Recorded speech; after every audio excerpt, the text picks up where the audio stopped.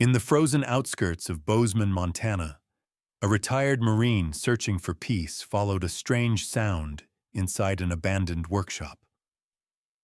What he found wasn't scrap or silence, but a starving German shepherd puppy guarding something unseen. That night, buried beneath concrete and snow, a forgotten warplane and a dark human greed began stirring together. When the puppy later vanished in a ruthless act of blackmail, the old soldier was forced back into a fight he thought was over, for loyalty, for history, and for a life that trusted him completely. What happens next will test faith, courage, and the cost of doing right. Before we begin, tell us where you're watching from in the comments, and if you believe no loyal soul should ever be taken by force. Subscribe now. The winter sky over Bozeman, Montana sagged low and gray, pressing its weight onto the silent town. Thomas Walker moved through the cold with the steady, deliberate gait of a man who had spent most of his life marching toward danger. At 65, the retired Marine carried a body that remained powerfully built, with broad shoulders and thick forearms marked by years of hauling gear, breaking through doors, and surviving terrains that were not meant for human feet. His face was sharply cut, sun-weathered, lined at the forehead and eyes, and shadowed by a coarse silver beard. The deep lines carved into his jaw were not merely age but memories hardened into shape. His gray hair, cropped short in the old military fashion, bristled against the wind. More than any physical wound, it was the quiet heaviness in his eyes that revealed the truth. Those eyes, a pale blue dulled by loss, carried the ghosts of men who never made it home. Thomas had spent his entire youth in the chaos of foreign deserts and mountains. Now, in the quiet of retirement, the silence itself felt more dangerous than any firefight. He had come to Montana searching for a place where the past might grow softer, but he was beginning to suspect that peace was not a place one moved to, but a state one had to earn. Snow whispered across the worn leather of his boots as he walked along the outskirts of Bozeman. He rarely ventured this far. The neighborhood here had thinned out long ago, leaving abandoned workshops and sagging storage sheds behind. It was not a beautiful part of town, but something in its emptiness made sense to him. The world forgets places the same way it forgets people, slowly and without ceremony. As he passed an old lumber workshop, he noticed the roof bent inward like a tired spine. The metal siding was streaked with rust, and one of the sliding doors hung crooked on a broken rail. The sign above the entrance had once read Miller's Woodworks, but the letters had faded to pale ghosts. The building looked like it had given up on being useful years ago. Yet something moved near the broken steps. A small shape shivered in the snow, half hidden behind a stack of warped boards. Thomas stopped, chest tightening with a strange flicker of alertness. The shape lifted its head, revealing a young German shepherd, no more than 4 or 5 months old. The puppy's fur was a tangled mess of black and tan, matted with frozen clumps of snow. Its ribs pressed faintly through its coat. Its ears drooped unevenly, still too soft to stand upright. But the eyes, large, warm, chestnut brown, watched him with the full weight of a creature that had learned fear long before it learned trust. The pup took one hesitant step toward him, then another. Its body trembled, but not entirely from the cold. Thomas knew that expression. He had seen it on young soldiers who had lost their unit during training, trying to appear brave, failing, and hoping desperately to be found by someone who knew what to do. He crouched slowly, letting his knees crack with age. Those old joints reminded him that time shows mercy to no one. The puppy froze, tail tucked tight. Thomas extended a hand, palm open, fingers still and calm. The gesture was simple, instinctual, something he had once used with frightened service dogs overseas. He said nothing. Words could startle. Silence could invite. The little shepherd inched forward, sniffed the air, then pressed its cold nose into the center of his calloused palm. The touch was fragile, almost questioning. Thomas felt something inside his chest shift, as though a stiff door had creaked open after many years locked.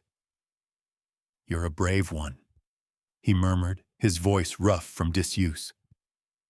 Speaking softly was not something he had done often in his life, yet now it came naturally. The dog leaned a little closer, its tail untucked by a few centimeters, still cautious, still trembling, but no longer alone. Thomas looked up at the workshop again. It was a ruin, no doubt, but for the first time since he arrived in Montana, he felt the strange warmth of purpose tug at him. Maybe the building could be fixed. Maybe it could be something more than a hollow shell in the snow. He had repaired worse structures with fewer tools. A woman's voice drifted from across the street. Sarah Thompson, a tall, slender widow in her late 50s, had stepped outside her small cabin to shake off a blanket. She had amber blonde hair tied loosely behind her shoulders, pale skin touched by the cold, and a quiet gentleness in her posture. She was known in the neighborhood as someone who kept to herself, but always left a bowl of water outside for stray animals. Sarah gave Thomas a kind but curious look, then noticed the puppy beside him. Her expression softened immediately. "That little fellow's been wandering around for days," she said. "Poor thing must have lost its family."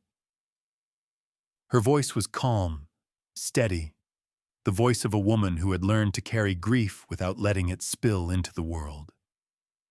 Her husband had died 3 winters ago, and since then she had spoken little, but always with kindness.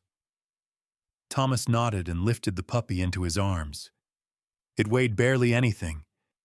He could feel its heartbeat fluttering through his jacket like a nervous bird. "He's freezing," Thomas said quietly. Sarah folded her arms, smiling faintly. "He seems to like you. Maybe he's yours now." Thomas almost protested. He had never planned to adopt a dog. He barely knew how to live with himself these days, let alone care for another living being. But as he looked at the trembling shepherd curled against his chest, he felt something undeniable. The pup had chosen him. By late afternoon, he found himself standing inside the broken workshop with the property's elderly owner, an old carpenter named Frank Harlan. Frank was short, round-shouldered, with white eyebrows that looked almost comically thick on his narrow face. His voice rasped from years of sawdust and cigarettes. When Thomas asked if the workshop was for sale, Frank blinked in disbelief, but named a price so low it felt like an afterthought. He admitted he was too old to fix it and too tired to care about it anymore. Thomas looked around the cluttered space. The roof needed patching. The walls needed reinforcement. The floor was uneven, but he saw what others could not. He saw a place where the echoes of his past might quiet down, a place where a dog could sleep by a warm stove, a place where his hands, built for war, could finally build something instead of breaking it. He shook Frank's hand, signed the papers, and by dusk, the workshop was his. That night, the snow fell heavily. Thomas sat on the old office floor with the puppy wrapped in a wool blanket. For the first time in many years, he smiled a gentle, unguarded smile. "You're safe now," he whispered. "And from now on, your name is Lucky." The puppy pressed its forehead into his chest, sealing a bond neither of them had expected, but both desperately needed. Winter deepened across Bozeman. sharpening every gust of wind until it felt like a blade slipping through the seams of the old workshop. Thomas Walker rose before dawn each day, driven by a discipline carved into him by decades of military life. His hands, thick and weathered, carried the rhythm of tasks long familiar, patching, lifting, tightening, repairing. Yet none of these motions softened the heaviness that sometimes pressed against his ribs without warning. The ghosts of old battles did not retire with him. They lingered like frost on a window, thin yet always there. Lucky, his 4 to 5 month old German Shepherd pup, had grown more confident since the day Thomas found him. Though still thin beneath his tan and black fur, the puppy now moved with a bright alertness, his ears no longer drooping but perked halfway, as if always listening for something important. Lucky had a habit of circling Thomas before lying down, settling close enough for their shoulders to touch. At night, when Thomas jolted awake from dreams coated in sand and fear, Lucky would lift his small head and press his warm body against the Marine's chest. The steady weight of the dog was a reminder that the battlefield was gone, replaced by quiet snow and creaking metal walls. One morning, as Thomas tightened the sheet metal over the west wall, he heard footsteps approaching on the gravel outside. Sarah Thompson, the gentle widow he'd met days earlier, trudged toward him carrying a small basket. She was tall and slender, her amber blonde hair braided neatly against the biting wind. Though usually composed, today her cheeks were flushed with cold and a hint of concern. "Thought you might need something warm," she said, offering him the basket. Inside were 2 jars of stew and a folded loaf of bread. "I remember how drafty this place gets." Thomas accepted the gift with a nod. He was not a man of many words, but Sarah's presence softened some quiet corner inside him. She had a peacefulness about her, the kind born from grief that had been carried rather than fought. "You and that pup seem to be settling in," she added, watching Lucky trot circles near the doorway. Thomas allowed himself a faint smile. "He keeps me in line." Lucky barked once as though confirming it. Sarah laughed, the sound soft enough that it did not startle Thomas the way loud noises sometimes did. Before leaving, she rested a hand briefly on his arm, her touch light. "Take care of yourself, Thomas. Winters here can be cruel." After she left, the workshop fell silent again, except for the wind rattling the loose gutter. The silence was both comforting and unsettling. Thomas preferred the noise of labor, the kind that drowned out the echoes of mortar fire and men shouting for cover. But Lucky refused to let the silence stay still for long. The puppy trotted directly to the fireplace wall, the same section he had been fixated on since the first week. It was an old brick structure, poorly sealed long ago, the mortar cracked around its edges. Lucky sniffed at it with intensity, then began to paw at the floor near the base. His claws scratched lightly against the concrete, rhythmic and oddly purposeful. "Not this again," Thomas muttered, wiping sweat from his forehead. Lucky looked back at him, tail still, eyes focused with unsettling seriousness for such a young dog. Thomas sighed and went back to work, but each time he looked over his shoulder, Lucky was still there, nose pressed to the exact same patch of floor. Over the next days, the pattern continued. Whether Thomas was shifting crates or mending wood panels, Lucky drifted back to that corner as if drawn by an instinct Thomas could not decipher. It bothered him, though he tried to rationalize it.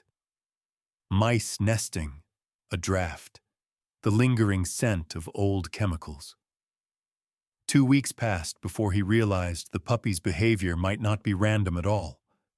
Lucky was not merely curious. He was guarding something. The breakthrough came on an afternoon when the wind shrieked so violently through the rafters that snow sifted down from the seams like powdered chalk. Thomas was reinforcing a beam when his hammer slipped from his hand and crashed onto the floor. The sound did not thud as concrete should. It rang. A hollow echo vibrated beneath the workshop. Thomas froze. He reached down, tapping the spot lightly with a knuckle. The reply was unmistakable. Beneath the concrete lay an air pocket, a void, something hidden. Lucky barked in affirmation, as if finally being understood. Thomas grabbed a utility knife, scraped dust and hardened grime from the surface, and uncovered a thin fracture line running nearly invisible beneath the debris. The crack was too straight, too deliberate to be natural erosion. He crouched lower, placing his palm over it. A faint breath of cold air seeped through, carrying with it a scent he had not encountered since Afghanistan. Machine oil, old steel, and unmistakably, avgas, aircraft fuel. His pulse quickened. He had spent enough nights sleeping beside grounded helicopters to know that scent by heart. It did not belong in a workshop abandoned for decades. It belonged in hangars, in maintenance bays, in the bones of machines that once cut through the sky. He sat back, stunned. Could there be a sublevel beneath the shop? A forgotten storage facility? Some relic from the Cold War? The possibilities pressed against him, each one more impossible than the last. That night, sleep refused to come. The darkness outside thickened, pushing against the windows like a living thing. Thomas lay awake on his cot, one arm draped protectively over Lucky's small frame. His mind churned through scenarios, maps, and structural layouts he had learned long ago. Hidden compartments were rare, but not impossible. The military had buried stranger things underground. Lucky stirred now and then, lifting his head as if waiting for Thomas to decide what came next. Thomas stared into the dim space of the workshop. Something was beneath them, something old, something sealed away with intention. And tomorrow, he would start uncovering it. Morning crept over Bozeman with a pale, muted light that slid across the snow like a quiet breath. The cold had deepened overnight, leaving thin crystals forming on the inside of the workshop windows. Thomas Walker stood at the center of the room, tools laid out with precise alignment. A steel crowbar, a chisel, a flashlight, and a coil of rope. Years of diffusing explosives had given him the habit of arranging instruments, as though each held the power to decide life or death. Lucky circled near his boots, tail low but steady, his young body vibrating with expectation. The puppy's tan and black fur bristled slightly, as if he understood that today they would uncover something meant to stay buried. Thomas knelt beside the faint fracture line in the concrete. With measured force, he chipped away the old mortar until the outline of a concealed iron hatch emerged. It resembled a drain cover, though the workmanship was far too exact. His fingertips traced the smooth cast metal, noting details that matched installations he had seen in decommissioned bases overseas. Lifting the piece required leverage, and the crowbar groaned as he applied pressure until the hatch rose with a metallic grind. Beneath it rested a red-painted steel valve attached to a hydraulic lever. Dust settled thick around its bolts. Lucky sniffed the mechanism intensely, then pawed once at the floor as if urging Thomas onward. Thomas gripped the lever and pulled. It resisted with stubborn age, then jerked downward. A deep, mechanical hum stirred beneath them, slow and ancient, like lungs inhaling after a long sleep. The concrete under Thomas's feet trembled, and a square section of the floor began sliding sideways. revealing a spiral metal staircase descending into blackness. The cold rising from below was not outdoor cold. It was the sealed chill of a place untouched by winter or summer for decades. Lucky took the first step, ears pricked, fearless in the way only a young creature trusting its guardian could be. Thomas followed, gripping the railing, lowering himself into the dark. At the bottom, he swept his flashlight across the vast chamber, and the beam stretched impossibly far. This was not a storage crawl space. This was a constructed hangar, a massive underground vault reinforced with steel beams and sealed flooring. The air smelled faintly of oil and oxidized metal, but not of decay. Whoever built this place had intended it to last. Large tarps draped over unfamiliar shapes like slumbering beasts. Dust puffed as Thomas pulled the first sheet aside, and the breath caught in his throat. A silver fuselage gleamed dimly beneath the flashlight. A P-51 Mustang, its iconic lines unmistakable even after decades left untouched. The wings were detached and stacked carefully along the wall. The cockpit canopy lay under another tarp, its glass yellowed but intact. Thomas ran a hand across the cold aluminum skin, feeling the strength of something engineered for war but preserved in peace. Lucky paced proudly beside it, as though presenting his find. Beside the aircraft were wooden crates stenciled with faded military codes. Thomas pried one open gently. Inside sat the unmistakable shape of a Rolls-Royce Merlin engine, still wrapped in waxed protective cloth. His mind reeled. This was not simply a relic. It was a time capsule of a world he had grown up hearing stories about. He found a metal chest near the rear of the chamber. Inside lay notebooks bound in cracked leather. The first page bore a name: Colonel Henry Whitford, U.S. Army Air Forces. The handwriting was firm, slanted, the script of a man with both discipline and sentiment. Thomas sat on a crate and read by flashlight, as Lucky curled at his feet.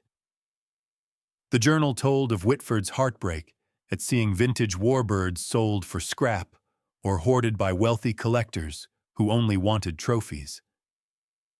Whitford purchased the Mustang from a dismantling yard, restored it with his own savings, then built this hidden refuge to protect it from what he called the greed of men who did not understand the soul of a machine that carried warriors home. His final entry read, "Let her sleep until someone worthy wakes her, someone who remembers what she meant." Thomas closed the journal slowly, feeling a weight settle over him. He had carried men through firefights, flown in aircraft that roared across dusk skies, but he had never seen something preserved with such reverence. Luck, he thought. Or fate. Or perhaps simply that a creature like Lucky had sensed what lay beneath. But fate rarely moved without drawing attention. 2 days later, a black SUV rumbled up the snowy road leading to the workshop. The man who stepped out was known across the county: Richard Crowley. He was in his late 50s, tall with a rigid posture that came from arrogance rather than discipline. His angular face was sharply shaved, his gray hair slicked neatly back. Cold blue eyes surveyed the world with the entitlement of someone who had always taken more than he was given. Crowley owned vast stretches of land and collected antique aircraft obsessively, yet he never allowed the public to view them. They were trophies locked behind electric gates.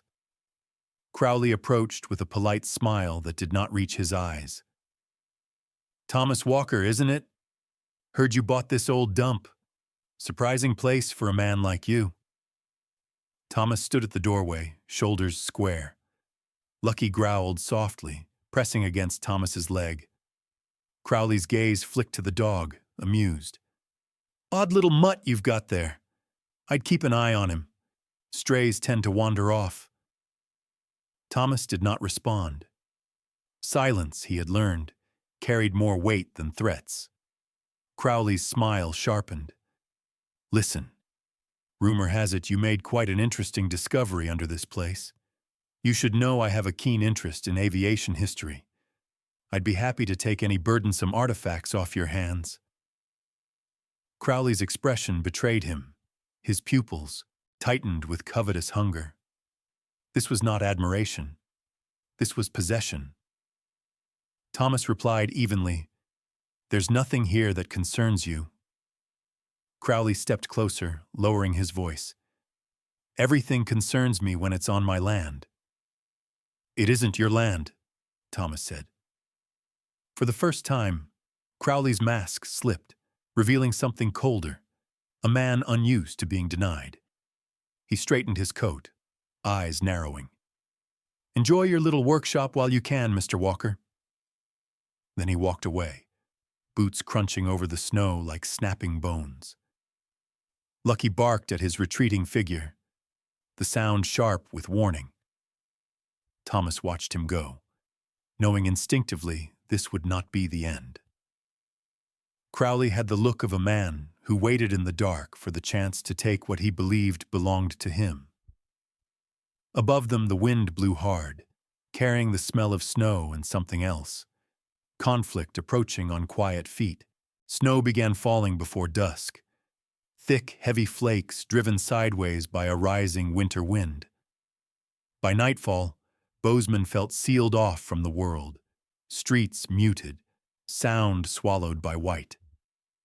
Thomas Walker returned from the grocery store with stiff fingers and aching shoulders, his breath fogging the cab of the truck. The workshop lights should have been on. They were not. The unease came before the sight itself, a quiet instinct sharpened by decades of danger. As Thomas stepped out into the wind, he noticed the side door was not fully shut. It hung open just enough to let snow curl inside. His heart thudded once, hard. Lucky's name left his mouth once, low and controlled. There was no answer. Inside, the air was wrong. Too empty. Too still. Thomas saw the collar first, lying half buried in the snow that had blown onto the concrete floor. It was the simple, worn leather collar he had fitted only a week ago, now unbuckled. On the work table sat a folded scrap of paper weighed down by a bolt. The handwriting was uneven and aggressive. "Sell the plane cheap, or lose the dog. Call me." Thomas did not shout. He did not swear. He stood very still, letting the initial surge of fury burn down into a colder, sharper resolve. Crowley. Of course it was Crowley, the kind of man who believed everything was a transaction, even loyalty. An hour earlier, Crowley had been in town dining with men who laughed loudly and paid with thick wallets. Richard Crowley moved through life with entitlement pressed into his bones. Up close, he was tall and angular, his face clean-shaven to the point of severity, his silver hair always cut short and smoothed back. His wealth had insulated him from consequence, and years of collecting rare aircraft in private hangars had taught him that possession was power. He did not steal in shadows. He took openly, confident that no one would stop him. Thomas knew better than to rush blindly. He locked the workshop door, then drove straight to the county sheriff's office, tires cutting fresh tracks into the unplowed road. Sheriff Karen Miller was on duty, alone in the quiet building. She was in her early 50s, tall and straight-backed, with iron-gray hair pulled into a tight, low bun. Her face bore fine lines earned from years of long nights and difficult calls. Karen had grown up in Bozeman and had learned early how to measure people. Her respect for Thomas had come quietly, earned not through stories, but through his restraint. Karen listened without interruption as Thomas handed her a small recorder. Inside it was Crowley's voice from days earlier, layered threats disguised as negotiation. If you don't sell like a grown man, I'll find another way. Karen's jaw tightened with each sentence. This is coercion, she said finally. Blackmail at the least. Kidnapping if the dog's involved, which it is. Thomas placed the note on her desk. He wants me to panic. I won't. Karen nodded once. Good. Then we do this right. You call him back. You let him talk. You keep him talking. They recorded the call together, speakerphone on. Crowley answered quickly, smugness audible in his slow drawl. He said too much. He always did. The location slipped out while he was explaining terms, an old storage shed near his northern grazing land, the time, before morning, and the demand. Transfer papers signed tonight. Karen cut the recording and stood. I can get a warrant, she said. But snow like this slows everything. Thomas already had his jacket on. I know those woods. I won't wait. Karen stepped in front of him. You go alone and you risk everything. Thomas met her gaze. His voice was steady. If I don't go, he hurts the dog. He's counting on me being desperate. I'll be calm. Karen held his stare for a long moment. Then she said, I'll follow your signal. You keep the line open when you get close. That way I can track it. The drive north was slow and treacherous. The storm swallowed road signs and trees alike. When Thomas left the truck and continued on foot, the cold punched through his gloves. He followed an old maintenance path, one he remembered from years earlier during a forest fire response. Near the shed, he slipped on ice concealed beneath snow. His knee struck rock hard, pain flaring hot and immediate. He lay still for a second, breath forced slow, then rolled onto his side and pushed himself back up. Injury meant nothing if Lucky was alive. He heard the whine before he saw the light. A faint sound, young and frightened, carried through the wind. Inside the shed, Lucky was tied with plastic cord, his fur damp, eyes wide and shining.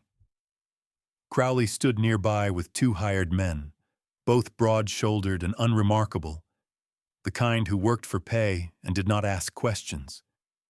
Papers were spread across a crate. Crowley smiled when Thomas entered, snow crusted on his jacket. You're late. Thomas moved slowly, deliberately. You took the wrong leverage. Crowley shrugged. Everything has a price. One of the men grabbed Thomas's arm. In that moment, Lucky lunged, teeth catching flesh, a sharp yelp tearing through the room. Chaos broke loose. The cord snapped. Thomas drove his shoulder forward instinctively. Training surged to the surface. He moved despite the pain, disarming one man, knocking the other backward. Police lights cut through the shed walls, red and blue strobing in the snow. Karen's voice followed moments later, firm and controlled. Crowley did not run. He simply stared, realization draining the color from his face as handcuffs locked around his wrists. Thomas dropped to one knee, arms wrapping around Lucky's shaking body. The puppy pressed into him, heart racing, alive. Later, as Crowley was led away into the storm, Karen approached. You did exactly what you needed to, she said quietly. Thomas said nothing. He was listening to Lucky's breathing, steadying at last. Outside, the storm began to weaken, snowflakes falling slower, gentler, as if the night itself had exhaled. For the first time since the threats began, Thomas felt the ground return beneath his feet. Winter settled into Bozeman with a steadier hand after Richard Crowley was taken into custody. The case unraveled faster than Thomas had expected, not because of drama, but because of paperwork, recordings, and long-buried records that finally surfaced. Crowley's threats, the kidnapping, and evidence of land fraud folded neatly into one another, leaving no space for denial. For Thomas Walker, it felt less like victory than the close of a long campaign. He slept deeper in the weeks that followed, not because memory loosened its grip, but because the present finally felt guarded. Sheriff Karen Miller suggested the idea on a quiet morning at the station. She stood by the window with a mug of coffee cradled between both hands, her iron gray hair pulled back as always, her posture straight but softened by fatigue. Bozeman deserved to understand what Thomas was protecting, she said. Not rumors, not fear, but the truth. A temporary exhibit, a weekend showing, nothing grand. Thomas listened with arms crossed, eyes lowered. When he finally spoke, his voice was level. He would agree on one condition: the plane would not become spectacle, no polished banners for donors, no private viewings paid for by influence. Karen nodded without hesitation. She understood that lines once crossed were hard to redraw. The community hall was chosen for the first viewing. It was an old timber building with drafty corners and uneven floors, the kind of place where graduation parties and memorial potlucks shared the same walls. Volunteers gathered quietly. Folding chairs were carried in by men with calloused hands. A few school display boards were borrowed, their frames scuffed by years of use. Extension cords snaked across the floor. Nothing matched. Nothing shined. Thomas preferred it that way. On the morning of the exhibit, Thomas arrived early. His knee reminded him of the fall near Crowley's shed, a dull ache that warmed only after movement. Lucky padded beside him, no longer the trembling stray from months earlier. At nearly 8 months, Lucky had grown tall and lanky, ears mostly upright now, his black and tan coat thickened against the cold. Though still young, he carried himself with a calm attentiveness, staying close without crowding as Thomas unlocked the doors. When the tarp was finally lifted, silence took the room. The P-51 Mustang did not roar. It did not gleam theatrically. It rested quietly, aluminum skin dull beneath the lights, like a veteran who did not need to raise his voice. Older men stepped forward first, their faces tightening, eyes tracing familiar lines. One woman pressed a hand to her mouth, whispering a name. Children stood on their toes, confused by the stillness, sensing importance beyond explanation. Sarah Caldwell entered late in the afternoon. She was a history teacher in her mid-40s, tall and slender, with auburn hair worn loosely back and a calm, observant manner. Her skin held the pale glow of someone who spent more time with books than sun. Sarah moved slowly among the displays, reading each panel twice, asking careful questions. She spoke softly to Thomas, not as an admirer, but as someone who understood restraint. When she thanked him, there was no excess emotion in her voice, just gratitude. Words spread without effort. There were no advertisements beyond a handmade flyer taped to the grocery store window. Yet by Sunday evening, nearly the entire town had passed through the hall. Veterans stood longer than others. Young people left quieter than they arrived. The exhibit did not end with applause. It ended with conversations, with questions about names, about where the plane had flown, about who had last touched its controls. Thomas stayed until nightfall, answering what he could, admitting when he did not know. He slept that night with a deep bone weariness that felt honest. Progress after that came slowly. The way things lasted always did. Sarah Caldwell introduced Thomas to Mariah Holt, the town's retired librarian turned amateur grant writer. Mariah was short, round-shouldered, with silver hair cut in a practical bob. Her voice carried warmth shaped by years of reading aloud to children. She helped Thomas file the paperwork for a nonprofit trust, her fingers moving steadily over the keys of an old laptop as if every word mattered. It took months. Corrections came back. Forms were resubmitted. No one rushed. Local tradesmen contributed when they could. Not in grand gestures, but weekends. The clang of hammers echoed softly beside the old workshop. A modest display structure rose, one beam at a time. Lucky followed the rhythm of the work, lying near whoever held the tools, tail wagging lazily as if approving the effort. By the next winter, the Hawthorne Corner exhibit opened officially.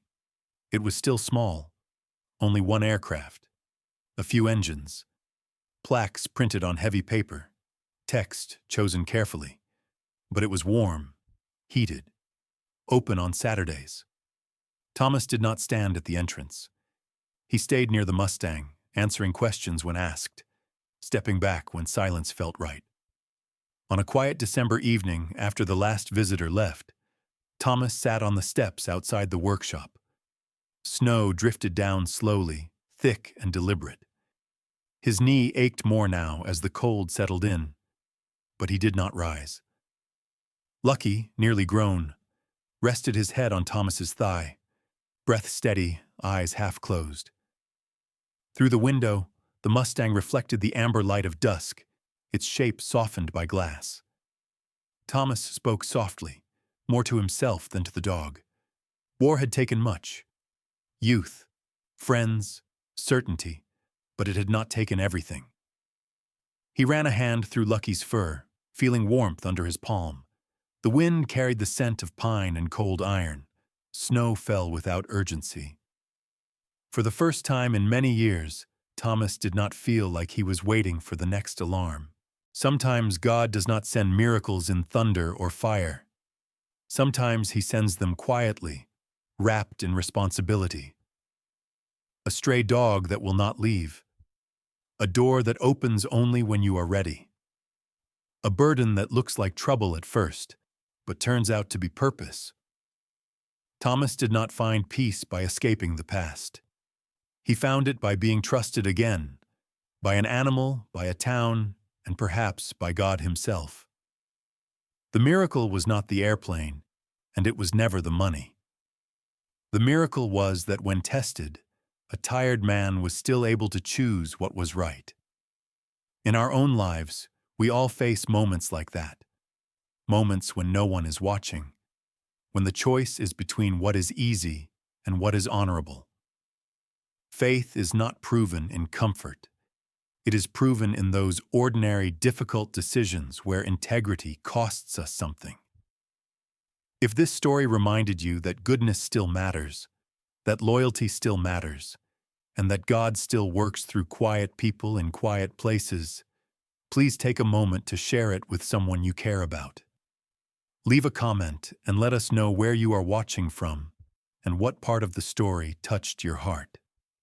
And if you would like to hear more stories of courage, compassion, and second chances, consider subscribing to our channel. May God bless you, protect your home, and walk with you through both the storms and the still winters of your life.